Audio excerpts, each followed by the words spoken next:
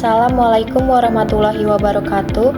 Perkenalkan, nama saya Diana Lestari dari Prodi Perbankan Syariah Fakultas Agama Islam, nomor MPM 41182933240007. Di sini saya akan menjelaskan skema akad-akad di pasar modal syariah, yaitu skema reksadana syariah.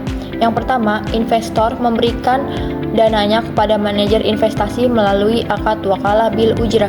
Lalu, manajer investasi melalui Bank Konstadion menggunakan akad wakalah karena Bank Konstadion sebagai wakil untuk menyimpan aset. Selanjutnya, manajer investasi melalui broker sebagai perantara perdagangan efek menggunakan akad wakalah karena wakil untuk transaksi. Selanjutnya, broker menyebarkan kepada pasar modal atau bisa disebut bursa efek syariah karena transaksi dilakukan di pasar modal dengan ketentuan syariah.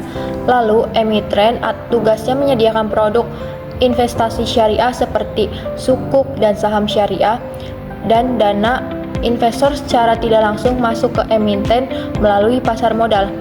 Selanjutnya, emiten membagi hasil menggunakan akad mudharabah atau musyarakah dan mendapatkan keuntungan masuknya ke reksadana lalu dibagi, tetapi manajer investasi mendapatkan ujrah dari jasa pengelola bukan bagi hasil.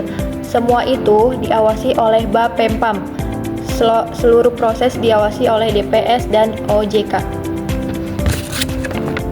Selanjutnya adalah skema saham syariah, yaitu suatu perusahaan membutuhkan modal lalu mencari investor.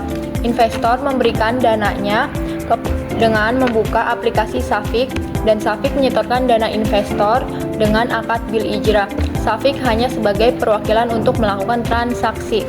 Setelah itu, Safik memberikan dananya kepada bursa efek syariah atau pasar modal melalui akad wakalah.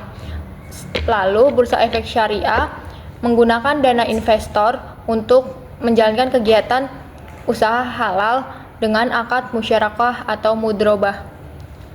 Setelah perusahaan mendapatkan keuntungan atau dividen, keuntungan itu dibagi rata oleh kepada pemodal yang memberikan modal kepada perusahaan dengan akad